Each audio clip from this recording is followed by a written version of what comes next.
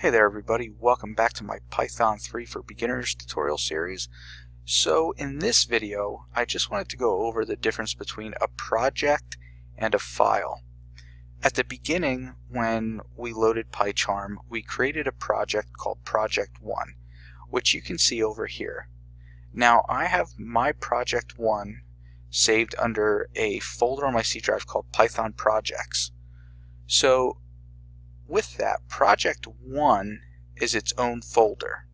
And you can see here I'm on my C drive and I'm in my Python projects, and you can see the Project 1 folder here. So a project is basically a folder that holds all the different files that you're using for that particular program or project that you're building.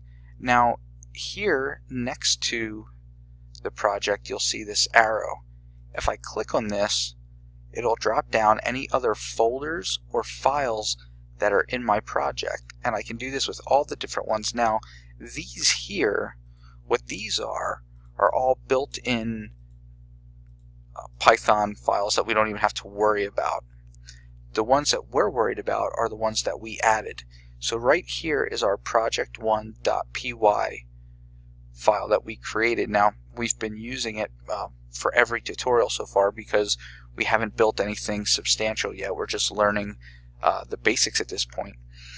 But we could add images here, we could add other Python files, anything that we're going to use in this project. So let's say we were making a game and we had 5 images for that game. They would all be under this Project 1 folder. So a file is just this one file. So if I didn't have the project folder and I just had project1.py and that was all I had, that would be considered a file.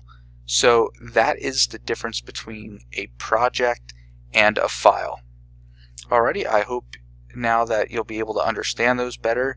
If you didn't, I'm sure you probably already did, but just because some people are very beginner programmers and might not have seen this before, I just wanted to explain what it was so that they can understand every aspect of programming.